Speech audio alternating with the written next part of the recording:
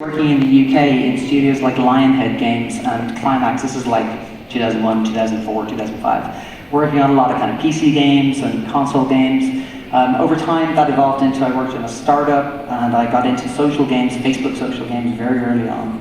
And I'm got reasonably well known for starting to write a lot of columns, such as whatgamesare.com, which is still live.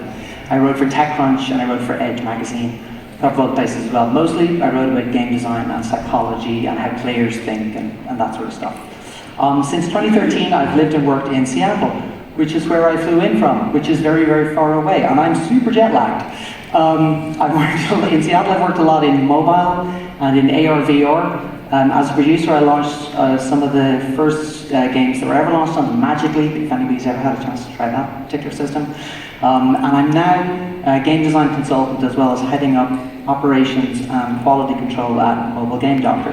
Mobile Game Doctor, in case you don't know, is a game design consulting company that focuses on mobile game design, free-to-play, conversion, optimization, all that good stuff. And it's kind of why I'm here today to talk about, well, money.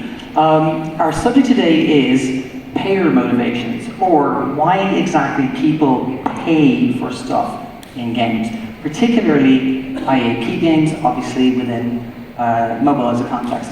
And that's particularly relevant today, obviously, because as I've been talking to a lot of people over the last 24 hours since I arrived, Vietnamese game developers especially, everybody has been on that IAA pipe for a while, right? And it's not necessarily working all that well anymore, and they're trying to figure out how to go to hybrid or how to get some IAP into their game, and struggling with it quite a lot. They're trying to understand players and trying to figure it out. For me, this breaks down into these 5 key topics. 1 is how players think. 2, what we will call the kitchen sink, I'll explain that in a sec. 3, long-term payer motivation, which is very important. 4, permission to pay. And 5, executing patiently. So let's get started. Right, so how do players think? There are many ways to try and monetize a game, right? I mean, you're familiar with this. And many tactics for doing so. Unfortunately, these tactics often fail. Why? Well, there are many reasons. Some tactics fail, mostly they come down to because the tactics are somewhat mismatched. There can be reasons to do with, for example, support or expectations of audience or demographics, or maybe there's some legal problems within certain countries or that sort of thing. But mismatching is actually the key thing.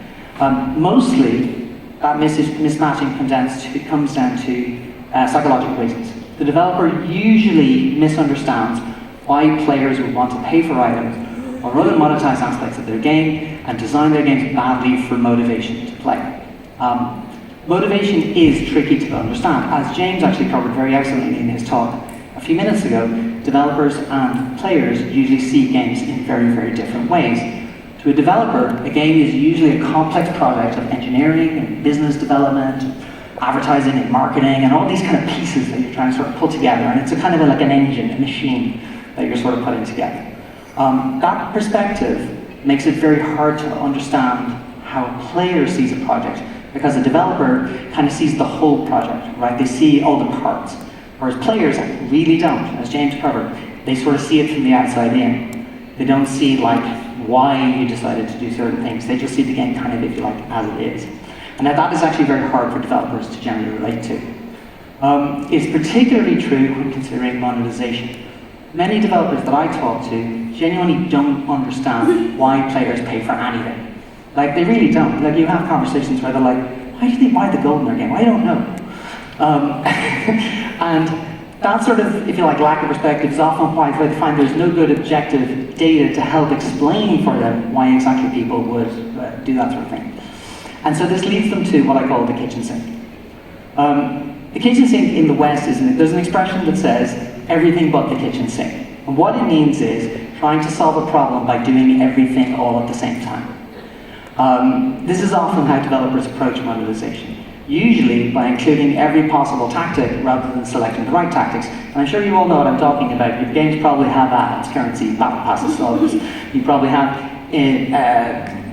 incentivized ads. You probably have ads that sort of pop up all the time. You have offers that sort of splash the players back and forth, and you're trying to figure out like which one is the right one, but they're all there all at the same time.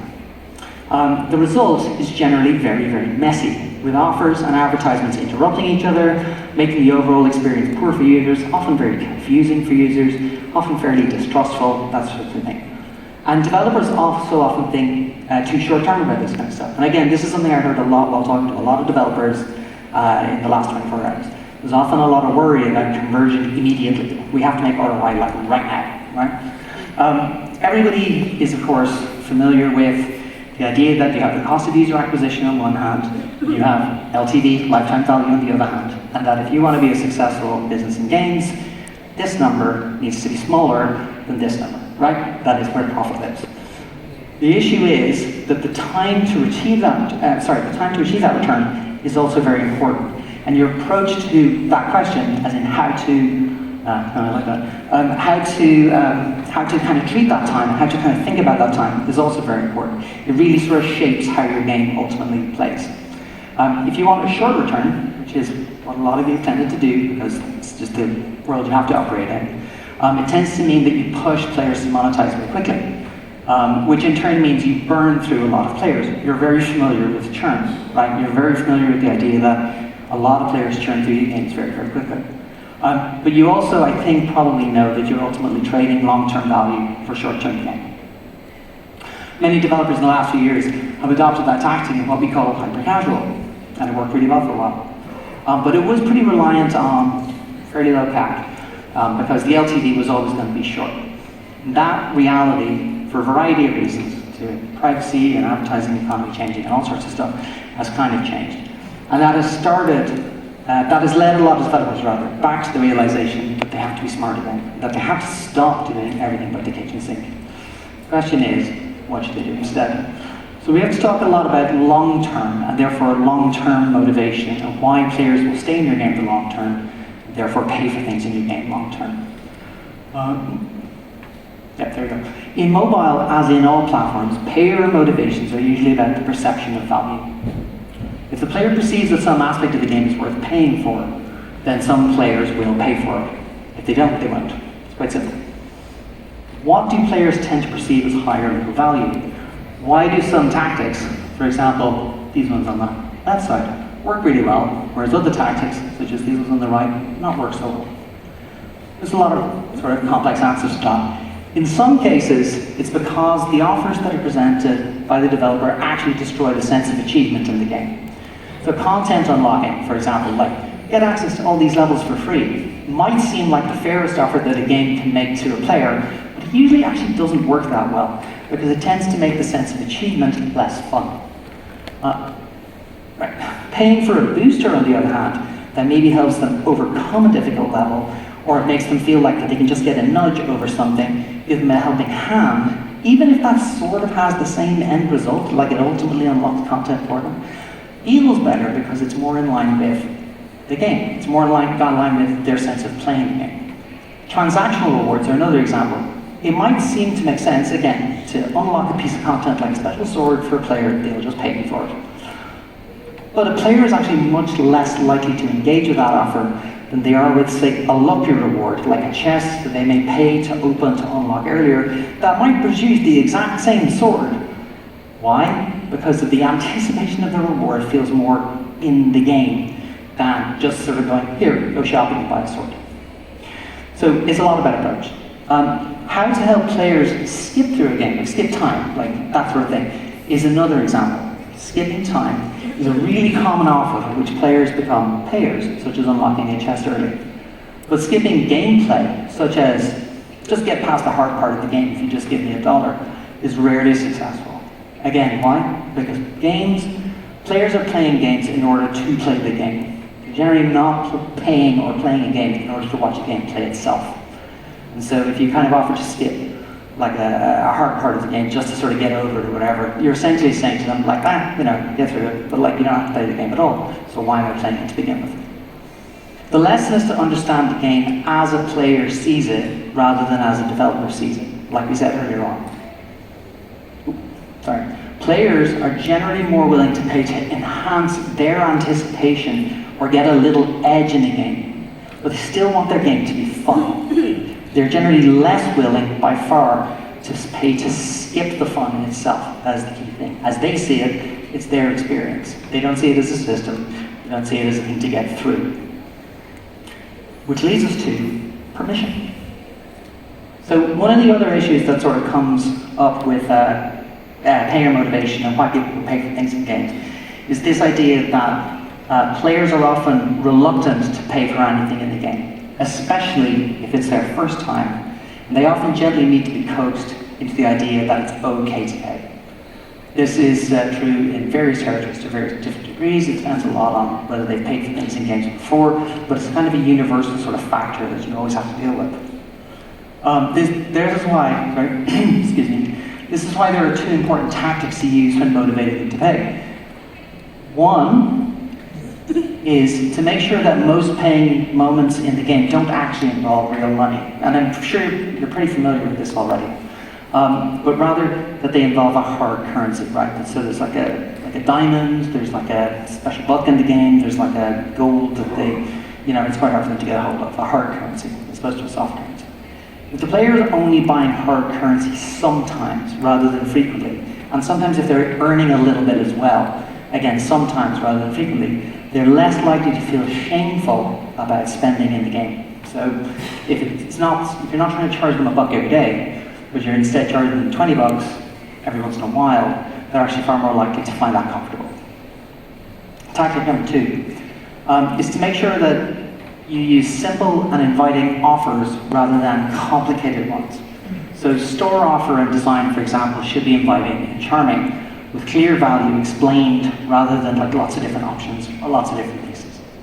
Often the language is kind of key here, like keeping it, I know it sounds like kind of stupid, but keeping it very simple, keeping it very friendly, keeping the value of the offer like 1 word or 2 words, rather than having multiple different offers that sort of go this plus this minus this, but 2% for that sort of thing. It's often more effective to use a simple offer that gratifies the player immediately than to make them go through a complex shopping loop, which send them off into a sort of a big system page where they have to go like digging through a variety of things that they might buy. A lot of that sort of stuff can be very intimidating. Then the final thing, and I think this is very important, and again, this really relates to a lot of the things that I've heard from developers, is around the attitude of how you're attempting to kind of execute, and particularly around whether people are impatient or whether they're executing patiently. This goes a lot to Katara's point, actually, very well, about how to approach developers kind of diligently and kind of really sort of think a lot and be willing to kind of iterate a lot on this kind of stuff. Often the reason that one monetization tactic or another doesn't work is not because of the tactic itself. It's usually actually because of how it's executed. Developers, for example, might try to put in a battle pass, because a lot of games have done that, right? This is sort of like, oh yeah, that seems to work, let's do one of those. And so they quickly build something together. They throw together a screen, put together an offer, put some reason for why it works in the game, throw it up there, see what happens. And often when you do that, it will fail. Now an impatient developer, somebody who's maybe trying to get their ROI immediately, looks at their analytics, decides that passes suck, and just yank it straight out of the game. It's like, that didn't work, let's do something else. Okay? A patient developer maybe wonders if they just designed the offer badly. Maybe they just didn't, make a nice screen to actually entice people into it in the first place. Maybe the payoff in the game wasn't that great. Maybe they need to tweak a multiplier, like those kinds of things. Simple sort of iterative sort of steps that they maybe would be able to test using modest changes to the offer to produce different results over time, iterate in order to figure out if it actually can work. Executing can often be the difference between activating player motivation, particularly if that execution looks trustworthy. So again, what I said about simple messaging, what I said about sort of giving people permission, giving them sort of easy communication, making them feel like it's actually worthwhile in their game. The more trustworthy your game seems, the more likely players are to continue to play it, and even if they don't monetize on the first attempt, they may well monetize later on. This generally is a superior strategy in the long run, and we are talking all about the long run. So, to sum up, that was a lot. Don't try to kitchen sink your game. Don't try to throw every single monetization tactic at people all the time. I know there's a lot to be said for hybrid monetization strategies. Data AI actually referred to that a little earlier on about how it's important to maybe have kind of different approaches. But that doesn't mean just throw 5 pieces of monetization at players all at once and sort of see what happens. Number two, payer motivation is all about high value to the player, but not if it destroys their game experience. Think like a player, think how they see your game, think how they kind of perceive what you're sort of advancing to them and why they should engage with it. Not as a developer or as a business or as an ROI. Three, use tactics that give players permission to pay, right? Again, make it simple for them. Make it easy for them to not feel like they're spending all the time. Give them a lot of kind of, if you like, comfort blanket to be able to feel like it's okay to pay. And four, and really this is the most important one, is always execute patiently. You absolutely will not figure out how to monetize your payers on the first go. You definitely won't figure out their motivation very quickly. You have to be patient with them. You have to figure out on a very iterative and sometimes slow basis what actually is the thing that's going to bring them into the fold versus what's kind of something to just kind of come up with. And I believe that's me.